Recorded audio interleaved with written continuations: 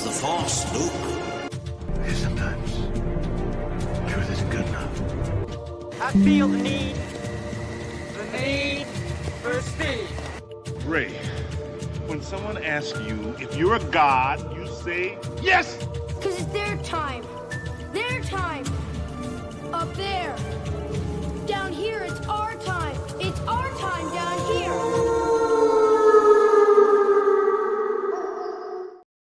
And then a near panic attack there for a minute. I didn't have the streaming pen ready to go. And I don't know how you guys work, but if I don't have like the right sneakers on, the right hat, the right pen, it's all downhill, and I just pack it in and go home, which is a short walk from the studio home to home upstairs. So there's that.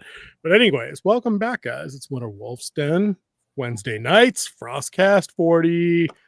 Oh, geez, I'm going to have to bring in King early on this. It's 47. Are we 47? 47. 47 straight Wednesdays. You know, it's funny because I keep telling Mrs. Wolf, you know, every day around 2, 3 o'clock, I go, don't forget Stram tonight.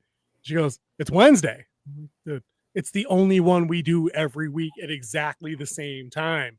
Like everything else is like when, you know, you're not doing something and I'm feeling motivated. And we're like, oh, we're going to do Superman, Red Sun. Oh, we're going to do this best of worst stuff. Oh, we're going to do whatever. But like Wednesday night, you can take that to the bank. You can take that all the way to the bank. Matter of fact, you take a picture of it and send them a pic. Right. We're modern, right? You're going to say, take a picture of your check, send it over. You don't even have to go to the bank. We're online banking. That's right. Direct deposit. Cool way to open the show. We're talking about boomer online banking. Like we're excited about that. I don't online bank. I remember the first time you could use your scanner, like not even take a picture on your phone, but you could use your scanner at home and scan it and then send the check in. I was really excited about that when that happened. Then I remember the first time somebody told me to use like do the deposit from an ATM machine because they had that shit up here back in the day. I don't know if they still do that. Well, you had to feed your paycheck in and allegedly it would scan it and do the deposit. And I'm like, on what planet would I randomly put my paycheck in an ATM in the mall, right, to do a deposit on a Sunday to then have to wait like 36 hours to get my money the next day? Like no chance. Yeah. Like I need the money now. Like I need JG Wentworth. Like I have that's right. I needed cash now. I'm glad that commercial runs everywhere, and you also know about JG Wentworth. I love that. Everyone loves JG Wentworth. Worldwide. 877 cash now. Dude, that's a freebie for them. I feel like they should put a check in the mail to us and we could deposit that. But yeah, dude, you know who thinks he's money in the bank? Speaking of money in the bank, is James Gunn. You like that segue? I've been waiting all afternoon to segue into that. I had no idea we were going to work a JG Wentworth skidding in. Woo! That's I got a lot of free time on my hands. I sit around and think of stupid things now. You know what I mean? It happens. Yeah. So we'll ride that out and see where that takes us. But so Gunn, James Gunn, your buddy, pal. Yeah, that's right. How yours? Big fan. Big fan of the Gunn. Controversial statements. You can tee us up because you probably actually read the article more recently than I did. Have some thoughts on it and give me the table set. I mean, all he says what I've been saying for a whole year now.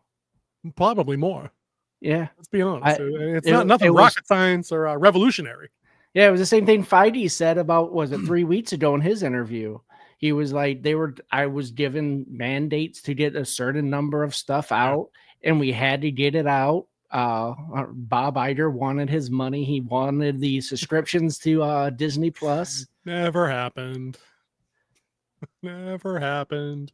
No, not the interview that they actually made money on Disney Plus. That's never happened. We know that verifiably. I think they did in like their first couple months when it was brand new, because it was brand new. I mean, maybe, but I've never heard anybody. I feel like they'd have taken a victory lap, and somebody would throw that in my face every time I routinely mention that Disney Plus has never operated in the black ever. Well, you have to think about nobody has. You know? They already had the infrastructure in place, so. Yeah. All those first subscribers was all just cash money for them.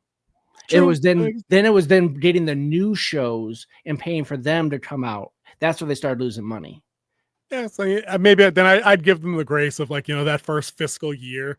Maybe they did okay with the novelty of people understanding what streaming was, because everybody was like, oh, we have Netflix, we know what that is.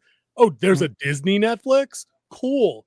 I'll turn that shit on and put my kid in front of it 12 hours a day, and that'll be his babysitter. Yeah, I remember when it started too. You knew they were coming out with something because Netflix started losing all the Disney contracts. Oh yeah. Those timed out and were not renewed. That's for damn certain. But we're talking about the Gunn thing. I think it was a role. I think it was the one we're talking about is from Rolling Stone. I think that's where he recently did the interview, and he made comments just along the lines of, it's different working for DC. There's less stress. I'm not as afraid. Those kind of things. I might be taking some of those out of context. If we can pull the article at some point, that'd be great. But the interesting connection to Marvel, or the MCU specifically, was that he mentioned that that he's been a part of productions over there where they've begun shooting without finished scripts. And I thought that was kind of funny, because that's one of those like internet YouTube-y, doomcock, nerdrotic kind of rumors that go around. We're like, oh my God, Brave New World's on. They're writing out of a notebook, and it's the sixth edition of not a full script that they're going with. And James Gunn now said something like that. So it's kind of like it's conspiracy theories are undefeated, dude. We're doing in like the last 5 years. If you give Disney and Marvel and Star Wars long enough, within reason, Kathleen Kennedy has been fired 47 times, and we got to take the L on. Although I heard the other day, though, segue, and we'll come right back to James Gunn. She officially mentioned that your buddy Filoni will be taking over, but he'll have a co-pilot. They're going to do the co-name from The Office thing, Catherine Beck. Yeah, sitting shotgun with them, so they're going to have two managers. Because as Oscar said, where would Catholicism be without the two popes? What company doesn't do well? How's America with two presidents? But that's a separate rip on them for another day. But what do you think of Gunn being on the record and just actually having said that out loud, like committed to print, and not with us, not with some rando Twitter account like Rolling Stone? And it was Variety, I believe. I thought it was Rolling Stone, because I thought there was a pic of him he was laying down on like an interview couch in like a black and white. It's all super smug and serious. I thought it was Rolling Stone. The one I saw was a Vanity Fair. Pretty much the same thing. Yeah. Oh, Vanity Fair. Okay, yeah. That's their style. I could see that. Okay, cool. But wherever he said it to, what do you think of somebody with his level of profile actually just having come out and said that? It's about time that people start admitting the truth. Stuff we've known for years is that this happens. Most of the time, Disney could actually pull off stuff like this because they have the money. They have their own money to do stuff like this. Most new producers and stuff can't do that. They have to secure the money, so they need a finished product for people to read before they can secure the money. But when you're Disney and you got $1 billion sitting in the bank, you got theme park money, you got cartoon money, you can do stuff like this. You got MCU money, that the first 14 Avenger stuff that brought in that they still haven't burned through yet. So I don't know about not burned through yet, dude. I think the money pit might be drying up, because we know that economically speaking, especially post-COVID, not just like present day with like things like hyperinflation, things like that. Dude, park attendance down over the last 2 years during peak seasons. Cruise attendance, couldn't tell you. They had to close the Star Cruiser Hotel, or the Galaxy's Edge Star Wars theme hotel. Like that lasted like no time. That was closed in like 18 months. Disney sub you were mentioning earlier, they might have popped off in the beginning. They're not banking on any of that now. Any of the growth that they see on Disney Plus or the free subs they give you when you sign up for a new phone provider, there's a lot of that, or bundled into other things like soccer and everything. Is it Rolling Stone? All right. Point me in the direction. If you get a Target quote in there, you can read it out. Okay, yeah, but I do believe that there's a reason why the movie industry is dying. It's not because people are not wanting to see movies. It's because of home screens getting too good. Number one reason is because people are making movies without finished screenplays. Yeah, we're just killing a project. Everybody wants to make the movie. It was greenlit, ready to go, and screenplay wasn't ready. Yeah, I read the rest of that from a different source. So he doesn't actually go on to mention which project he killed, but he does sing the praises of Supergirl, saying, we went in with a banger script from the beginning. It only required like a light polish to get it thematically aligned with the other pieces of the puzzle that he's trying to build. Did you see that they changed the name of the Supergirl movie though? I did. It's just going to be Supergirl now. It's not going to be Woman of Tomorrow. Interesting. I like that they're keeping the titles tight. You know what I mean? Like maybe it is just going to be Superman, Supergirl, Green Lantern Corps, Martian Manhunter if that comes, Wonder Woman. Like no, Wonder Woman : Legend of Themyscira, something like that. Like maybe we're really just going to bang them out easy That way, when sequels come around, we're not muddying the waters with crap like Dawn of Justice, and adding all this extra crap to first outings to confuse people. Yeah, I mean, you saw that when the first Batman runs, you had Batman, then you had Batman Returns. When you got to 3, was it Batman Returns again? No, then they had to change it Batman Forever, and then it was. And then they just started adding the team up names. It was Batman and Robin, and then it was going to be Batman and Robin and Batgirl. Actually, I believe that the unmade third Schumacher movie, I believe, if I remember correctly, was tentatively titled Batman Triumphant, which I thought was a fairly slapping title. That's pretty good. Kind of like that. What was that? It was the late 90s, right? When Batman came out? It would have been, yeah, because they went on like a 10-year break. Batman? Who would have been Batman then? Because Clooney was out. Oh, Clooney was out day one of shooting. Yeah. He wasn't having it. He was like, nah, this isn't what I thought. Dude, I don't even know. I can't retrain. I can't recall who was popping off as an actor in like the late 90s that already didn't take a crack at it. Cruise? Maybe Cruise.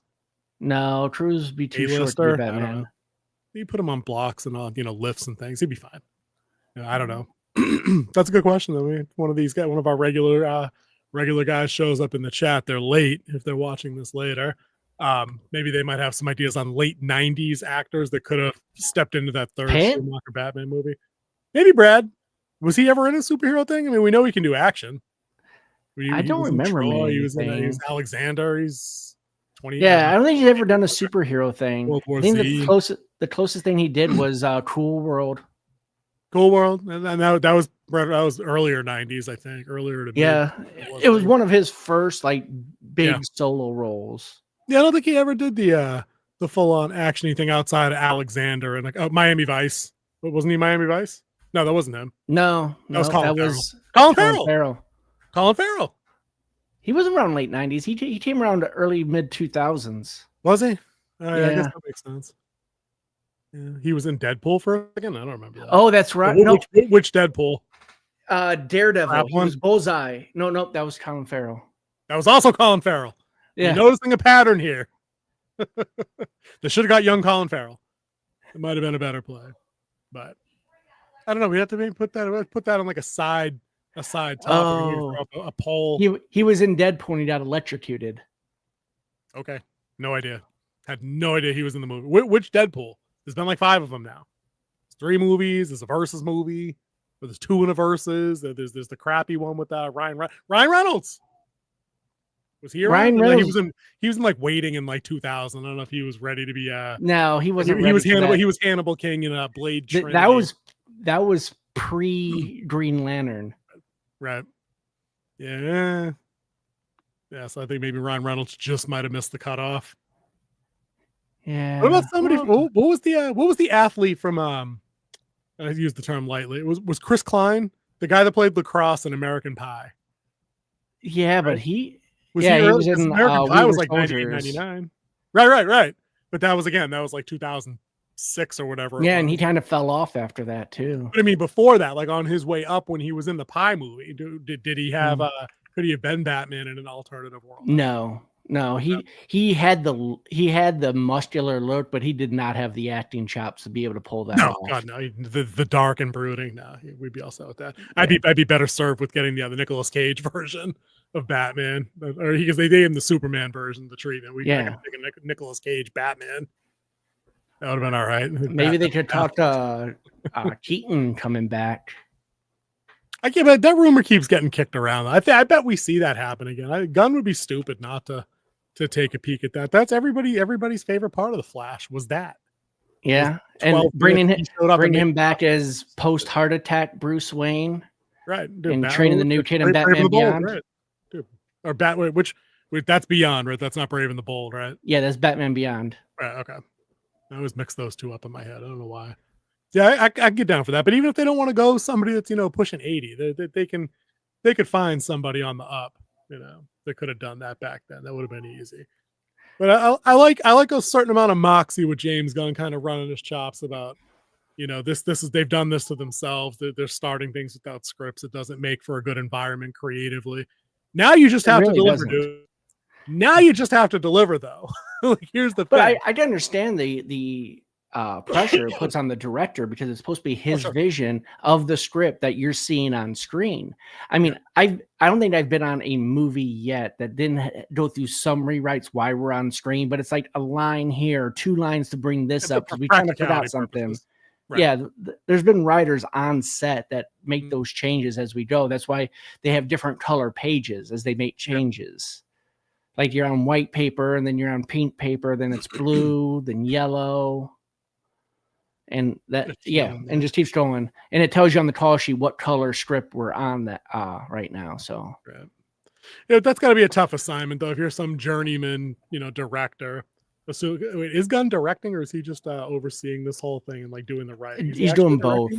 Yeah, I think he actually directed the Superman movie. I don't think he's directing the Supergirl movie, and not because he's also in charge of creative. Well, that's what I was going to say. Like now that his job is larger than it was when he was doing the Guardian stuff over at Marvel before he got unloaded. Like what kind of plans do we think he has for directing? Like, is he just doing Superman for the kickoff, and then he's going to hire out? Because if he does, hopefully he's hiring out in complete opposite of how the Star Wars sequel trilogy worked. Like he really doesn't hire people, give them finished scripts and being like, watch this movie I did, make it match tonally. Your spin can only be, this much instead of that the sequel trilogy did. Like it needs to be almost on rail, like guided rails. Like some games are not open world completely where you can literally just go do whatever you want. It's like, you got like this much room and you just kind of gotta guide you through the story, guide you through the exploration a little bit. He needs that. That's what they need, I think. I think that will help. Unlike what J.J. Abrams did with the Star Wars. He's like, hey, these are the characters we're going to use in my movie, and then do whatever you want in your movie in the middle. And then I'll come back and I'll ignore all that. And I think like J.J. Abrams has that issue too with the unfinished script thing because he doesn't really know the ending that well. Yeah, that's the mystery. When he comes in. It's him. Yeah. Yeah. He likes building the big mystery, and then he just never really wraps it up that well. Or he does it in such a obvious way. That's what ruined that was that Super 8 movie. Yeah. That was doing pretty good for about an hour and 38 minutes, and then fell apart. Boom. It was like, oh, come on. It was that. Yeah, dude, it happens. I think that I get where that's a hang up for him, though, man. It's like the fun part of any creative writing is coming up with the twists and turns and the big moments that are going to slay an audience dead twice over in their seats. Like, I get that. Now, I understand those scenes you want. Yeah, one of his good twists, though, is because he took over Star Trek as well, the Chris Pine Star Trek. And he switched it up where it was Kirk who died and Spock's the one who lived when they were fighting Khan. I got mixed feelings on that. We could do a whole video on the on JJ track, that's for sure. I mean, I'd still say, I mean, it's interesting to have the reverse of that and watch the guy without emotions be the emotional one, but like they undid it in 5 seconds, so it's like it didn't resonate. Like you get to yell Khan, I guess. Yeah, I don't know. It was literally resolved with magic triple blood. Yep. You get that? Magic triple blood. Magic triple blood. Because tribbles never die. I was going to say, because tribbles never die. It's like Evil and Michael Myers. Tribbles never die. Tribbles never die. Yeah, no. I don't know. I guess we'll have to wait and see what happens with Gunn. That's right around the corner, too, isn't it? Like July? Yeah, a couple weeks, 2 weeks. Yeah, less than a month. And dude, I keep forgetting, and I feel like you've reminded me like 80,000 times that like Superman comes out before Fantastic Four. I don't know why I can't. Like, that's just completely crossed in my mind. It's just weird that way. 1, we've been waiting for, and 2, looks like he's trying to do a good job with the IP got. Yeah, I'm down for Superman, and I you know what I'll say about Superman and Fantastic Four though before we get out of comic book movies. I'm over them already trying to build their entire marketing scheme around FOMO and trying to tell me that it crashed Fandango, ticket sales are crashed, you can't go on AMC online and buy. Stop. Yes, you can. They're not sold out anywhere. They may be sold out on an occasional premium on a certain night or like that first screening. Exactly. I will walk into Superman 2025 Friday early evening, or if the kids want to go, I'll take them Friday afternoon early, like 12. I will walk right in. I will get 3 seats. I will get 3 good seats, and that'll be that. The whole it's crashing the internet thing. I would believe that if Batman or Spider-Man was on hiatus for like 10 years, or if Star Wars went on hiatus for 10 years, because we've lived through this. Like there were issues. I don't think we didn't have online ticket sales for Star Wars. Yeah, we did. Really wasn't. We didn't have them up here. We had to wait in line at the theater to get them. You couldn't buy. That was like 1998. I don't think you did. Oh, you're talking about Phantom Menace. Original, yeah, not sequel, original OT, not S. My bad. I should have said that. Like 98. Yeah. I would believe that if one of those franchises went away for like 10 years and came back, they'd be like that in a nut crazy phase of buy. Oh my God, Star Wars 12 or whatever they're on, 13, 12, 10, or I don't know, whatever. Batman 1988 or whatever, or if they did any version of Spider-Man after 10 years, that I would be afraid of. There'd be a little bit of, like FOMO just clawing at me a little bit, because I'm a fan, dude. I like that kind of stuff, But for Fantastic Four, if right now, if we met in the middle, north and south, if we met at the Mason-Dixon somewhere at some mall, right? If they have malls in the middle anymore, probably be right around DC area to be. Okay, so if we drove into DC, if I jumped on the Beltway and got down there, right? If we asked 100 people, spanning age demographics, right? How many people out of 100 do you think know who the Fantastic Four are? 15? I would say about 48. 20? You think you're almost getting half of people to know who the Fantastic Four are? I mean, marketing is one huge thing right now. Yeah, I don't buy it. And even if they could tell me, if we just said who are the Fantastic Four, and they didn't embarrass themselves by saying, "Oh yeah, I listen to them all the time. I love their music," like something like that. If they understood it was a superhero team, and I said name one, I'm guessing only half of people who knew who the Fantastic Four are could name one. You know what I mean? Like, I just don't. It does not have that same broad-based appeal that Spider-Man, Batman, Superman do. It just doesn't. They've been out of the theater way too long.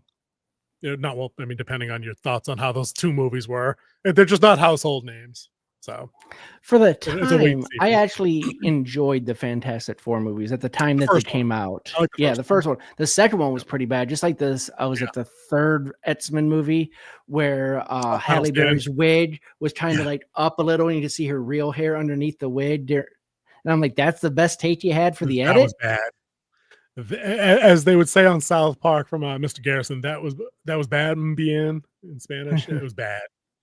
Not a good movie. And it was such the nads after how great X2 was. Because X2 was a banger. You know what I mean? Everybody loved X2. No joke. Fantastic Four though, late July. They rushed to put tickets on sale a week ahead of Superman's tickets going on sale. Like that's not a high confidence move. That says, oh wait, we have to trick people into thinking that we have the movie of the year and you need it now, because if people are only going to see one movie in July because shit's crazy expensive to take 2 or 3 kids, which one are you going to take, especially if the other one coming out first is Superman? You're taking kids to Superman. I would go with Superman because James Gunn's involved, and I've liked what he's put out. I don't really know who's directing Fantastic Four. I can't even remember because it doesn't matter because it's an MCU adjacent movie. No, it's MCU straight up. It's not even straight MCU. Yeah, it's not Sony. It's straight up MCU. So it doesn't matter because we've seen what happens when they get directors in there that should matter. Like when they got what's his name to do like Multiverse of Madness. What's from Evil Dead? Why can't I think of his name? You know what I'm talking about? Yeah, Raimi, right? Yeah, Sam Raimi. Thank you. In Spider-Man, that should have mattered. It didn't. It was still a convoluted mess because, like you said, the studio just hands you, in these cases, notes that you have to incorporate, even if it breaks what your artistic vision of the movie was going to be. So no, dude, I'm down for the Gun. I'm down to see what he does with it. I had no strong feelings on that movie either way going back. It's increasingly become more intriguing to me, especially as we've gotten a couple more trailers. We've seen more of the visuals. The marketing doesn't seem to scream the message, as people like to say. So I'm good with that. I heard the other day that they had to drop that there's talk that they've dropped the truth, justice, and the American way thing. And I'm like, I get it. I hate it, but I get it. It does sound 1950s cornbread. It does. But like, maybe there's just a way to work it in that way. It's not somebody doing look up in the sky. It's a bird. It's a plane and all that shit. Like maybe there is a way to do that without Is it a drone? Is it No, a not even private that. jet? You remember how they handled that line in the Brandon Routh Superman?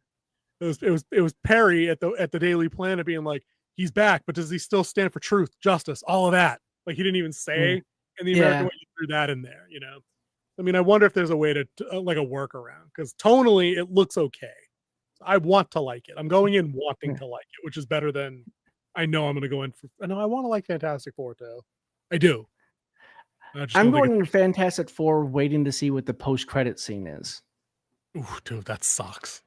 That's a suck way to go into a movie that's going to take 2.5 hours to get. Dude, just go in late then, dude. Buy your ticket, go get something to eat, come back, just walk in like, half an hour. Dude, honestly, the best part of the movie is probably going to be the end. The best or worst part of the movie is going to be the last 30 minutes, because if the rumors hold and it's really Sue femme-splaining everything to female Silver Surfer, who then has the magic box in her belly the whole time that they used to defeat Galactus and then kill the other half of the universe because they can't get the body away quick enough or something. Like all those rumors we talked about, if those are true, you're just going to sit there for 30 minutes like, that was fucking awful. And then see the post-credit scene where it's just going to be an extension of what we saw already. Them getting in the ship and reaching to 616. Yeah. It's just going to be a slightly longer version of that. I guarantee it. It probably ends with them landing. Being like, oh, snap. And then X-Men. Or hopefully not New Avengers, but it's New Avengers. And they're not the New Avengers. They suck. I don't know. Anywho, what else we got? Just moving right along. I actually like the New Avengers. It was a fun movie. It was a stupid name reveal, and they are not the New Avengers. And why isn't Bucky leading that team? He's the only Avenger on that team. Because he's running for Congress. He quit. I think he's a fugitive again. Based on his actions there. I don't know. Then he would definitely get elected to Congress. Fact. By me. Anyway. Dude, what's next, man? Why don't we sit on you want to sit on Pape's comment? Because I didn't see him pop into the chat, and I really wanted to have that chat with him to pick his brain. Maybe we could save the special effects thing and just keep going. Yeah, we could do that. The chit chatty things. So, I mean, we could talk about the Force. Dude, that's an interesting one to talk about. We could throw that in there because I'm more interested to get your take on that because I haven't quite figured out how I feel about it yet. Did you skim the article? Can you set the people up for what the go-to is? So it's from the comics. That's I'll just say that. It's definitely from the comics, and they're coming up on a magical item. That's how I'm going to refer to it. It's like a magical item that can hold a spell. It's not magic. They're very clear. It's not magic. It's an artifact. It's an artifact that can touch the Force and shoot Force lightning. They did say that in the article, that it can shoot Force lightning, and Luke was supercharged when he put it on the Force. I don't know how you get supercharged with the Force, but you can just manipulate the Force. I don't know. Dude, that's why the headline jumped right off the screen at me when I saw it earlier. I was like, oh, this would make for a banger, like third or fourth topic tonight, because it'd be one of those things where we just go crazy talking about, and then random comments would come in, which would be great. Like, dude, I don't know how many times it needs to be said out loud to these idiots. And I get, dude, it's comics, so most people will have no idea this is a thing. Yeah. Most people probably very neatly compartmentalize. Comics are here, movies and TV are here, video games are here, tabletop game. You know what I mean? Like everybody can have their box. I hate being aware of all the boxes and how you can't smash them all together. The Force is just the Force. It's an energy field that surrounds all living things. It surrounds us, all that good stuff. That's all the Force ever needed to be. It cannot be, and I guess it could be genetically cloned because they did that. They did that. No, that's a thing. Okay, which I guess that kind of makes sense a little bit. I have to gear up to think of that. But the notion that a machine can be responsible for absorbing, channeling, enhancing, amplifying, debuff, like I hate that. It's not technology. It's a life force. Like that's all it is. Technically, magic is the same way. And if you go into the D&D realm, you have magic items that can hold spells or that can manipulate and produce the same type of spells as the force of magic in the area. But it's magic, and it is separate than saying that like you can pre-charge like a random object that you can take a cylinder of metal and charge it with the force and get a force grenade out of it. I hate It's that. charge it with the force. There's probably writing or runes on it that has ability to pull in the force. Dude, you're gonna make me go to the damn comic store and buy this issue and mail it to you after I read it, because the framework from that article, I think was that the Screen Rant one? That was Screen I Rant. believe so. It was something like that. It was, Okay. had Because I don't know what you know about the Dr. Aphra character. It's Dr. Aphra, right? Did I say the name right? I think I did. Right? She's a long-standing character in the book, the brilliant mad scientist type. So she doesn't, to my knowledge, have force abilities. So she is trying to like mimic the force, but on the technology side. So, dude, I would buy it if it was a Jedi artifact or a Sith artifact where like there's just some writing on it, and if you were already attuned to the force, then you could use it. I don't like saying that you or I could had just it. do it. She could manipulate it, so she went and found it, and now trying to sell it because she knew it would bring in a great price. Oh hell yeah! I mean, I get the logic behind how it all works in that universe. What I'm saying is, I don't like the whole and this happened at the end of TLJ. As much as in the moment, I thought it was cool that like the little boy Force picked up the broom. Everybody knows the broom boy. Everybody knows broom boy. That the Force could be in anybody. That the world is bigger than Skywalker's. I like that. I'm down with that. But I don't like the notion that like the guy who sits next to you at work in his cubicle, who's not Force attuned, who really is an NPC, can just walk up to any device and it's preloaded with the Force like it's the Infinity Gauntlet. Like I don't like that idea at all. Like it needs to stay on the magic side and as far away from tech as it can get from me. The way you go buy that book. use I'm it going tomorrow. The way you probably is that it shouldn't be able to give anyone the force, but it should be able to amplify already force users. I can buy that, but I'm almost positive that the article said that it makes good. It makes good on the whole. Anybody can literally that attunement is no longer part of the lore. That the canon has been turned upside down, and that like literally we can instill any asshole we want with force abilities. And I'm like, dude, you guys really just want to, it's the Incredibles, dude. Like if everybody's special, nobody's fucking special. And I don't know if these clowns have noticed, but that really doesn't play in fiction, especially. Like it really flies in the face of like escapism and like wish fulfillment, the power fantasy, male or female. Like, dude, if everybody is She-Ra, nobody is She-Ra. It's the same thing. You know what I mean? Like if everybody's the bride, nobody's, I almost just dumped that drink so far over. That was awesome. Cap back on nice and tight. There we go. You know what I mean? Like if everybody's that at the same time, then like it's just regular. It's just mundane. It's the worst kind of muggleism.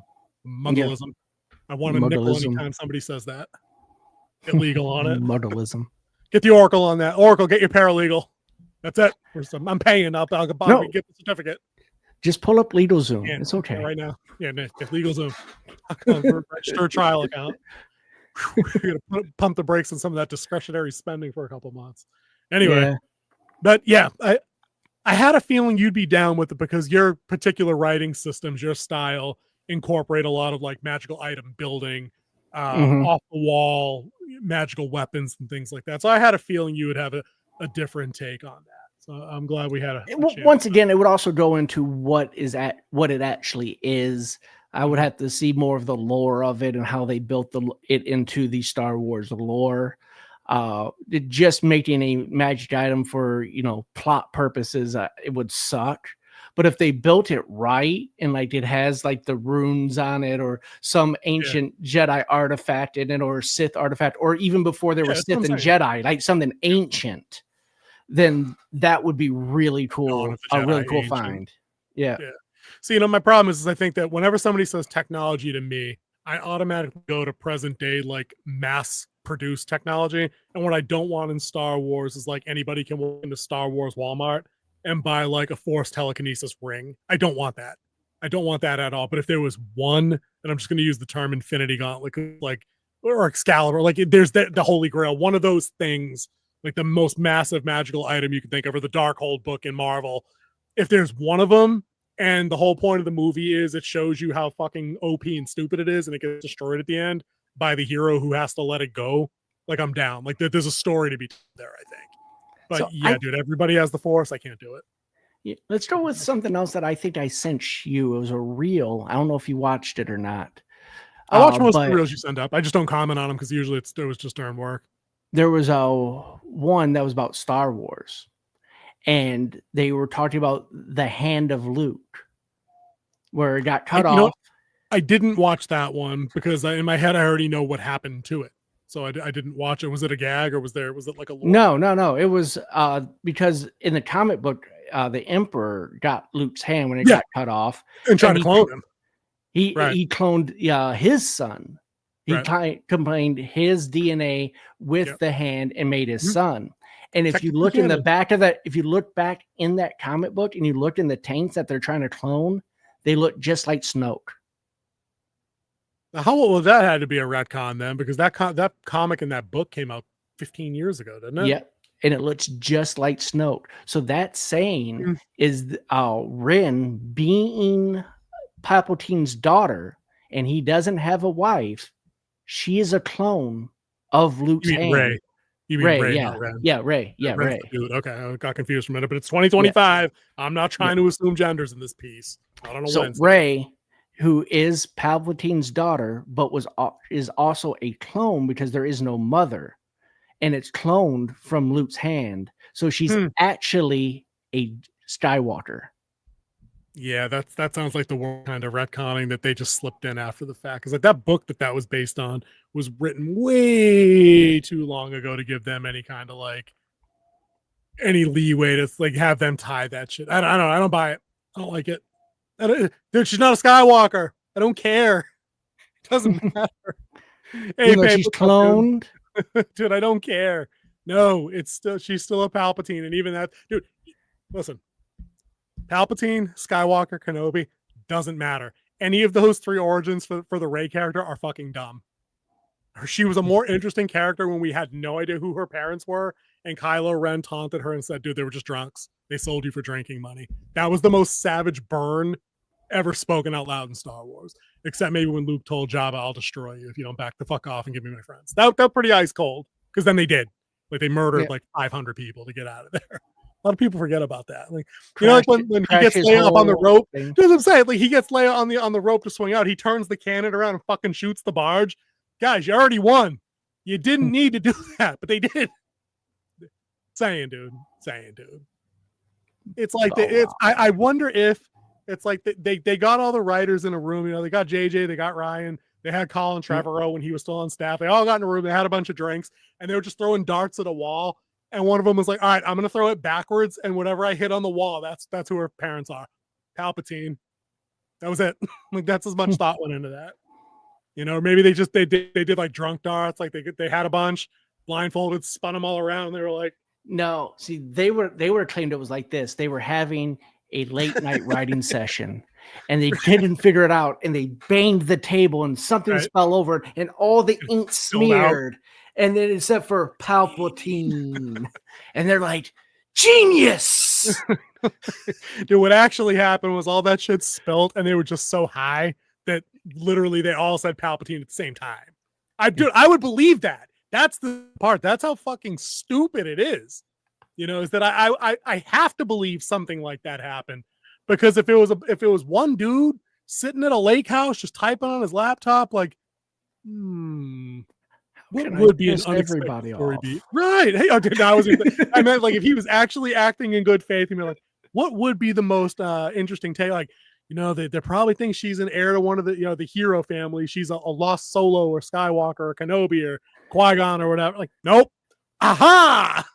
We're gonna make her the granddaughter of Palpatine. And I know he got on the phone so quick. Guys, I got it.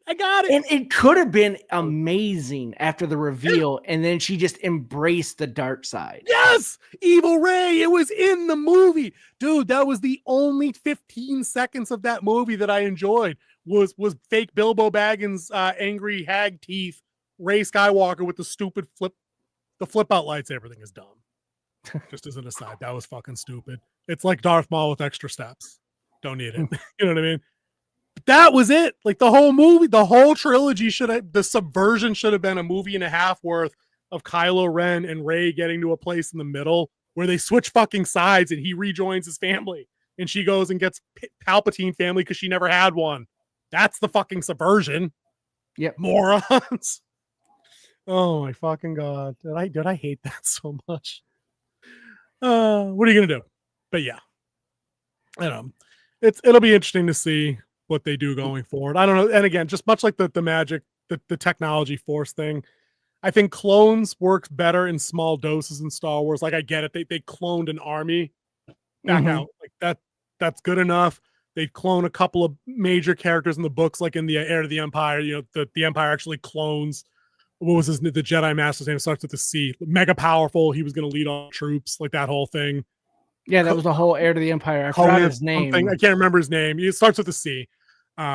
Limited things. Don't clone any big names. Don't clone Yoda. Don't clone Mace Windu. Don't clone Qui-Gon. You know what I mean? Don't do that. We don't need that there. Some people believe that Mace Windu is still alive because they never found the body. Dude, well, that's because those rumors just don't die. You know what I mean? Every 15 seconds, I'm going to get the he aimed for the bushes. Disney Plus. It's seriously from 4,000 stories up. Yeah, he aimed for the bushes. There are no bushes. Pape says Empress Palpatine was cool, dude. True. Problem is, does anyone, dude? You know, I'd rather not think that. That's why it's evil a force conception of Luke's hand. Force conception. Yeah. Or evil force immaculate conception if they really wanted to go that route and ruin it like they suggested they were going to in the Acolyte. Like that's the play. Because yeah, Creamy Sheev wasn't the best looking guy beforehand either. I mean, let's be honest. We've seen what this dude looked like 60 years ago. Prequel trilogy. You think he was he smashing? No. I don't think he was smashing. Well, he could be paying for it. I mean, he was a senator. Dude, that's not a bad fucking story though. How's that not a good story? The fucking the unwanted bastard fucking daughter, son, whatever, the child, you know, raised in squad. I mean, that's basically Game of Thrones without what's his face down there in Flea Bottom. Robert Baratheon's kid. Can't think of his name. The armor guy. Oh yeah. His name. Which he thought he should have a much bigger arc than he should. I mean, the book set him up to have a bigger one. It's the show that did him no justice. Well, the book didn't really do him much justice either. Didn't it through the books as they're written? He's not elevated to a place of standing. No, he's pretty much Gendry. Yes, thank you. You know what a really weird scene in Game of Thrones on TV was with Gendry, and I hate to even think about it, but I need to purge your brain. When they gave Arya her one and only sex scene, and it looked like she was literally a 12-year-old boy, and this dude looked like he was 30. It's like, oh, this is season 6 or whatever it is, isn't it? Like, but that is time frame accurate right there. Yeah, dude, I don't know, man. Dude, you can get away with a lot in fantasy settings. You can in print. A lot of that stuff plays much better in print, but yeah, dude, I don't know, man. It was just weird.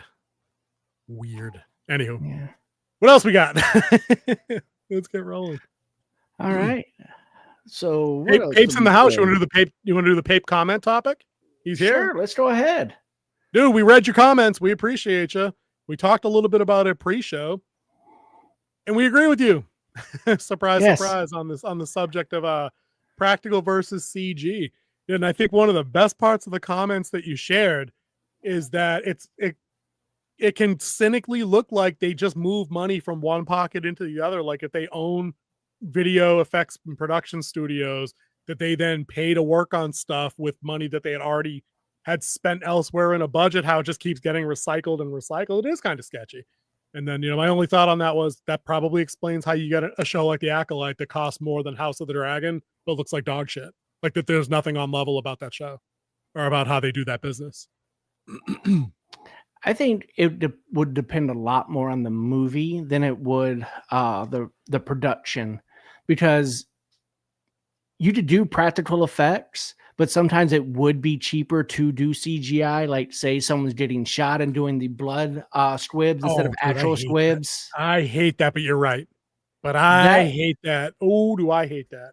But that would be easier. Also, ammunition costs a lot of money, especially blanks. Having a gun that just moves and then you put the rounds in, that would be a little bit cheaper as well. Yeah, see, I'm glad you mentioned that. The squibs are my favorite thing about 80s and early 90s action movies, is like actually seeing clothing rip apart and actually seeing like a blood pack go off. I don't think I mean, the worst part about any John Wick movie, other than the over the topness of him falling off a building and crap like that, is fake blood. Like, I can't stand it. Like, they'll never be able to do it, so I don't see fake blood. You know, but I agree with you. I think that when they have to weigh out the costs and benefits of practical versus CGI, I think they just need to pick and choose their spots better. You want to get a cool, elaborate background, like a really good landscape, like something we saw from Dune on the show. Yep, sign me up. Banger idea. You need creature effects. Use CG to enhance practical. Like, get back with your hands on with like rubber and latex and goop and slime. It adds depth and weight and presence, and light hits it in ways that we all know is there in the. We get that it's fake. We know it's a movie. That's not what I'm saying. You know, we know there's something tangibly there. It looks like I could reach out and touch it. So one of the things a lot of people haven't seen when they do these type of scenes, like when I was on set for Brave New World, when they're shooting for the CGI and maybe to expand the background and stuff, they do a whole shot where a guy walks around with a mirror ball and with a color chart, and he every other step he's flipping it to make sure they have all the color right. That's perfect for the whole surroundings, so they can match cameras, match lighting, match everything like that. That's why when you do a camera report, especially for a CG shot, you have to get everything measured right. You have to have the measurements of how far the camera is away from the subject. You have to get the lighting, and then of course the mirror ball. When we worked on Applewood, movie I helped write, that we did this really cool Dutch tilt scene. But to make sure you did it right in post and everything like that, they put a mirror ball down, and then they got the shots. We another movie I worked on, I'm not wearing the shirt now, but it's called 5 Star Murder. It's on Tubi. They did like a whole bunch of water effects and stuff like that. They had, and then they came through with the camera and had to do like all these different takes of like with a mirror ball and with a color palette and everything like that, so they could match it all. That's one of the things that really cost, is doing the matching of everything. Yep. I get that. And but see, to me, that just makes it a situation where now we've got a bunch of moving targets we have to hit. And do we have the wherewithal to follow up on that level of detail to make it not look like hot dog shit? And the answer to me just seems, and even within Marvel, I mean, when I look back at like some of the CG on things like Black Widow, I'm like, these are this is the upper echelon. Like, this is S tier. These are our tier 1 movie makers. This looks like ass. Because I'm going to quote you on this one now. Put Black Widow next to Jurassic Park and pick which one has better CG.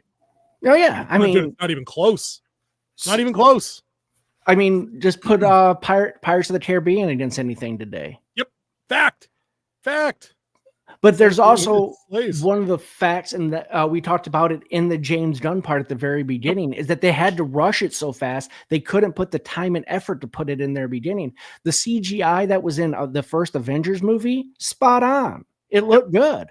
But I mean, we talked about this. I believe Hulk punched the space worm. Looked great. Yeah. And I do agree. Yeah, the matte painting would solve all that. Good call, Pape. Good call. One of the things we talked about last week, or it was maybe before we were recording for the Red Sun, which is out now. If you guys want to check it out, we have our review of Red Sun, the Superman animated on HBO Max. So go ahead and go check that out. That was a lot of fun. We should do more animated. We will. But anyways, what were you going to say?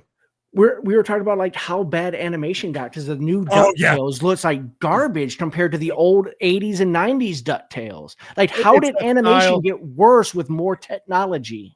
And the thing, this is what I was saying on that little clip where we were talking about animation. It's intentional. That's the part that slays me about it, is they've done this different style of hybridized 2D, 3D. I'm not a graphical artist. I don't know all the tech terms. We'd have to like chat GPT to get the labels. But like, dude, it's intentional, because the distinction I drew, the example I made, was how we had different styles of animation and characters look different, you know, across different IPs through like the 90s into the early 2000s. And then Steven Universe was a thing. And now literally every fucking cartoon on Disney Plus, on Nick Jr., on all the other networks you have out there for kids, they literally all look like that. It's garbage. It's like everyone got the animator for Johnny Bravo and like, all right, this is our new animation style. Yeah, like, dude, it doesn't. You have to absolutely sell me on how great everything else is for me to jump on board out of the box animation. The example I used was Spider-Verse, obviously. It's weird when you sit down because it's not like anything. If you don't watch, maybe this common in anime or animation, I don't know. But when it's new, it looks very. I equated it to being like if you're not used to 3D in movies and you watch your first modern 3D movie, old 3D suck.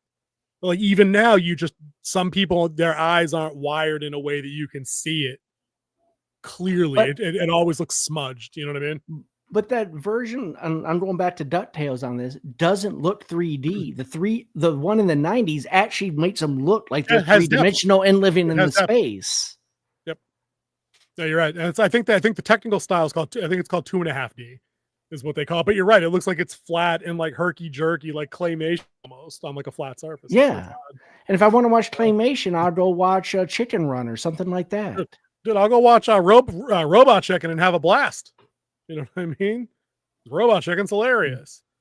But yeah, that's the CG versus practical thing.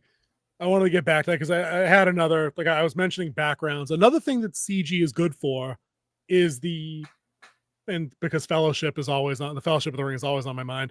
CG is good for massive formations of things within limits also.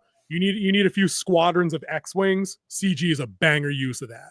You know what I mean? You need a bunch of Orokai on the ground about to storm Helm's Deep, even though they did that with extras. And then they basically just like mapped over, like they had a group of 200 riders and they sectioned it and then put it in different places to make it 10,000 or whatever they did. You can get away with that. But again, like Pape was saying a few comments up, he said, agreed, Wolf, you can use CG, but limit to it.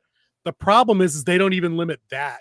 And then you get these visual messes on screen, like in the sequel trilogy, where there's just ties and X-Wings and blaster bolts coming from every which way. And here's a Star Destroyer and here's a galaxy.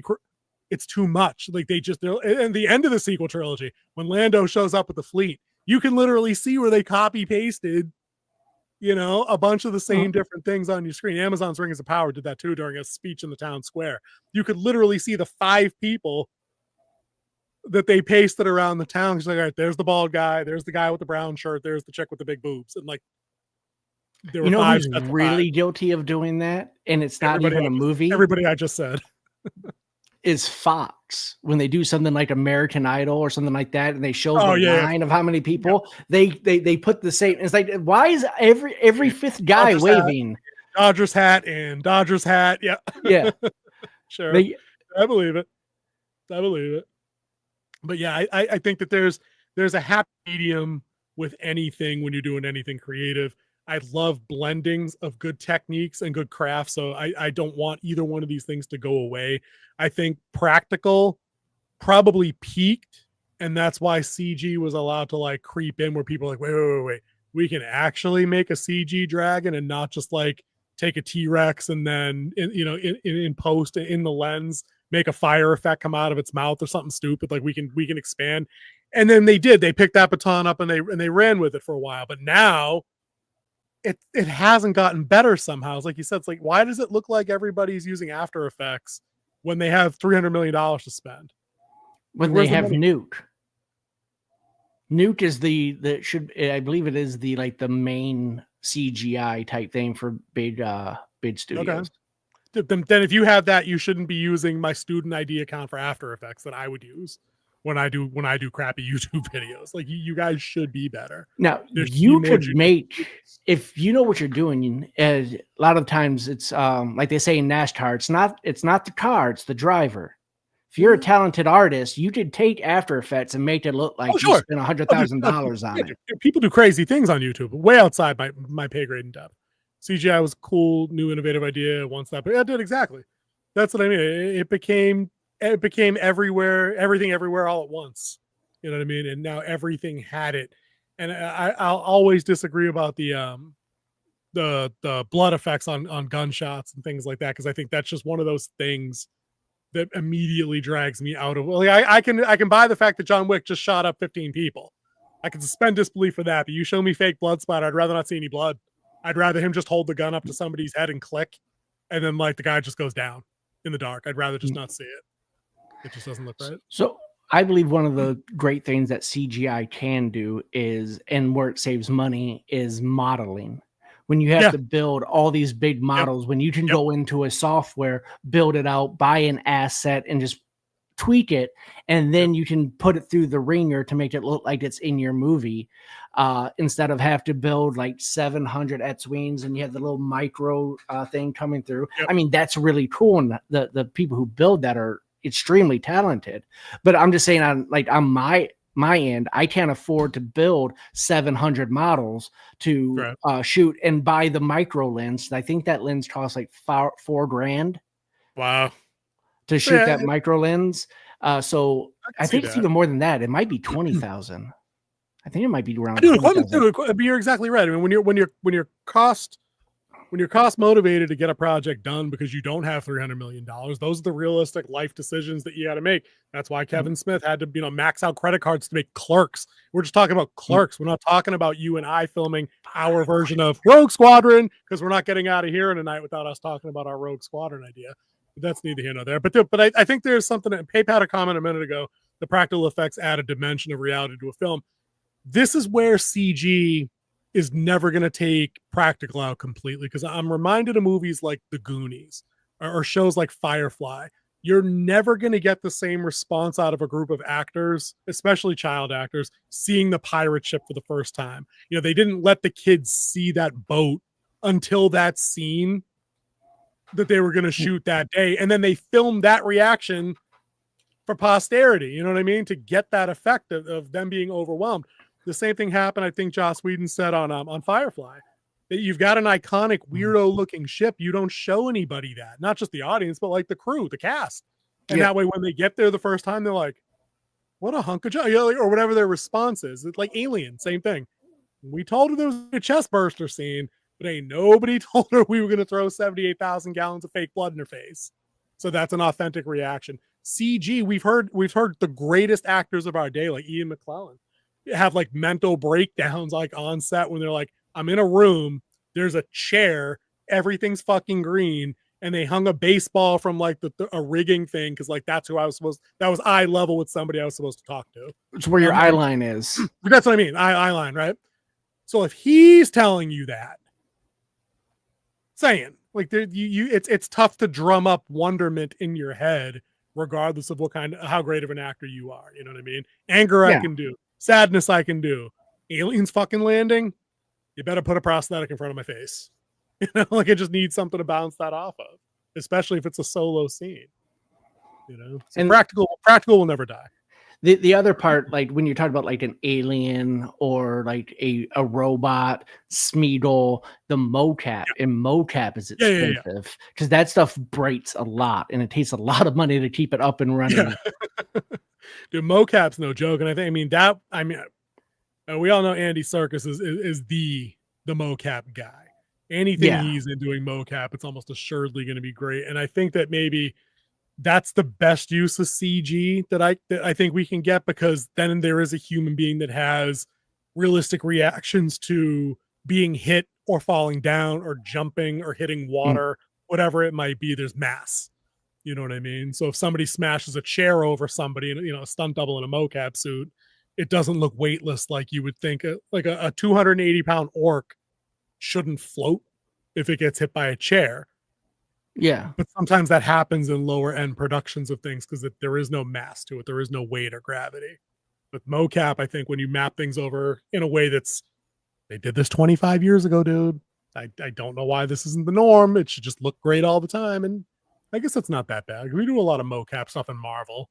A lot of the alien stuff is mocap. And now it's getting a little bit cheaper. Like, I mean, you can even go online and download a whole mocap library, which that used to cost like thousands of dollars. Yep. Now they're just giving it up for free because a lot of people aren't using that. Yep. Yeah, mocap I think is something that if the cost ever came down on that would be like next evolution of independent filmmaking. You know what I mean? Guys like you that want to do like guerrilla making films and do sci-fi and do fantasy and stuff where mocap would actually be. Nobody needs mocap for a rom-com. Nobody needs mocap for like a student film in a room with a one-man show, unless it's about an alien or something. You know what I mean? Yeah. We don't need that. But guys like us, we need that shit. We need cheap mocap. Yeah, dude, we were just talking about that the other day. Whatever you do, don't make the super suit green. Or animated. Yeah, no, that's a movie that when you talk about bad movies getting remakes again, Green Lantern would be right on the top of that list. Of the It needs movies a that should remake. get remakes would be It needs a movies that suck. reboot, or it Right. needs a something. Yep. Because a Justice League without a lantern is missing one of its big six. Yep. That's pointless. It'd be like I doing don't care Avengers who it without is. Iron You'd Man. have Guy Gardner. I prefer John Stewart or Hal, Yeah. or I'll even them take two Rayner. teaming up in the series. Give me I'm looking Rayner. forward to that series. Yep. You can give me any of the guys first, and then you can move on to Jessica, whatever her last name is. She's too new to the game. That's a Marvel move. We're like, oh well, there is technically a female Green Lantern, so we thought we'd open the movie with her. Like you skipped over the four that everybody as bought the first Lantern. First Lantern, Carol Danvers, Captain Marvel, first Avenger. Like no, wasn't a thing. Yeah, dude, I Super Gun. Yeah, dude. Yeah, he keeps giving them interviews like he's in the title. I'll give you that.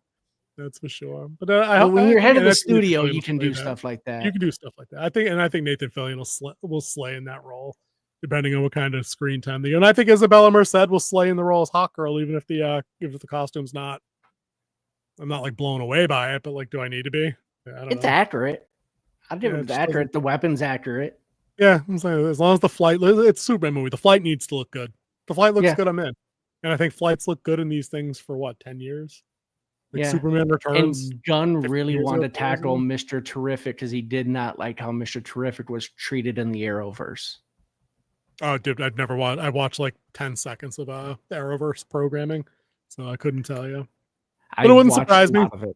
Yeah, it wouldn't surprise me. I think I watched the first season of Arrow, and I did not like the lead. Which is an awesome season.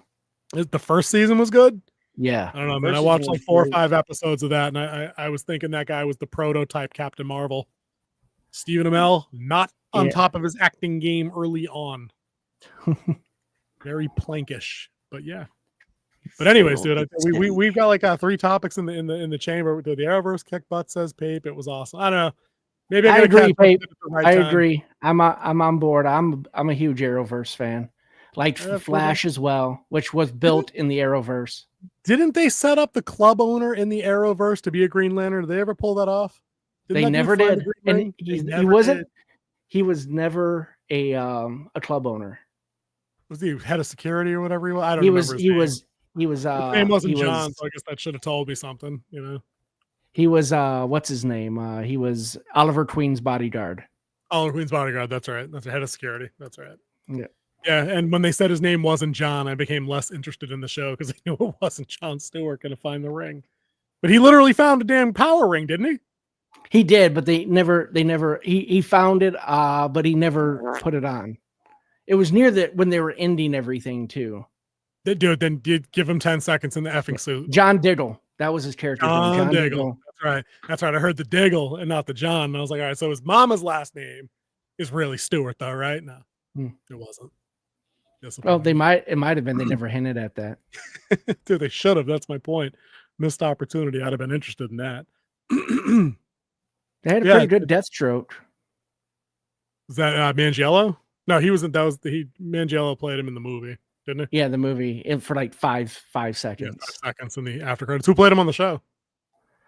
Oh, what was his name? Yeah, I don't know, but the guy he played him. He played him good. I liked it. As long as you thought it was good. Yeah, that's all you really need. That's the thing. It went too long. It spun off into too many things. I don't know. Maybe I'm more likely to watch that than The Flash. So my stepdaughter watched like every episode of The Flash religiously, and I'm like, the actor for The Flash should be Flash forever. Yeah, he should have been The Flash. Like my problem with The Flash show is literally everybody's The Flash though. Like there were like 97 speedsters on that show. I'm like, branch out. Well, there's 90 million people in the Speed Force. There can be in 7 decades of comics. There cannot be on a show that airs once a week for 8 years. Like, well, when you can run fast enough to go into different dimensions and bring people back with you, time and shit. Yeah, it's true. I don't know. I love that they dared to do Crisis. I do too. That's the one episode of that show I can remember watching after I watched the first season. It was like, was it Crisis on Planet? No, it wasn't on Infinite Earths. They did Earth Zero. Did they? Yeah. That was audacious, and they pulled it off. Yeah, I remember people being pleased with that. People were actually happy with that. But I think we've covered what we're going to cover. We can sit on these other topics for another day. There's nothing big. Rumors with Pirates of the Caribbean, not too crazy there. We got the Pape comments underway. We did the Star Wars one. What else did we do at the beginning? We did some James Gunn superhero movie talk. Did a lot of James Gunn talk. Did a lot of Gunn talk. Threw in a couple random talks in there. I was going to say Final Fantasy. No, a little Fantastic Four. Fantastic Four just came out. Which one you waiting for more? Superman or Fantastic Four? Oh, dude, clearly Superman. Just to bring it all back, clearly Superman. Fantastic Four is going to be for me, like you said, dude. If I hear crap early word of mouth, I'll buy a ticket just so I can sit in for the last 30 minutes. I'll leave and get lunch and come back and watch it for the post credit. Walk out of one movie and then walk into the end of that movie. I should. Yeah, I don't know, man. It's just I just need a palate cleanser. I can't do it. But yeah, dude, I think it's cool. Thanks, Pape. We appreciate you popping by, dude. Great comments. We appreciate that. That really did give us a really tell your friends to talk about. Yeah, dude, bring some guests. Bring some guests. It's cool. And it's definitely super gone over F4. I want to call it the F off 4. Oh, I didn't think of that. It's pretty solid. I'm going to use that going forward. The F off 4.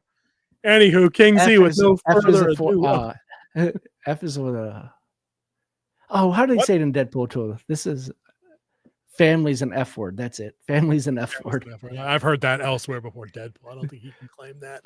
But dude, why don't you read us up out of here? I got to go check on folks upstairs. We'll see everybody next week, Wednesday, 9 Eastern on Winter Wolf's Den for FrostCast episode 48. We'll see you guys later. King? That's right. Remember, we have Red Sun up, so go give it a look, see what you think, and go give it a watch. It's a pretty good movie. And well, see ya.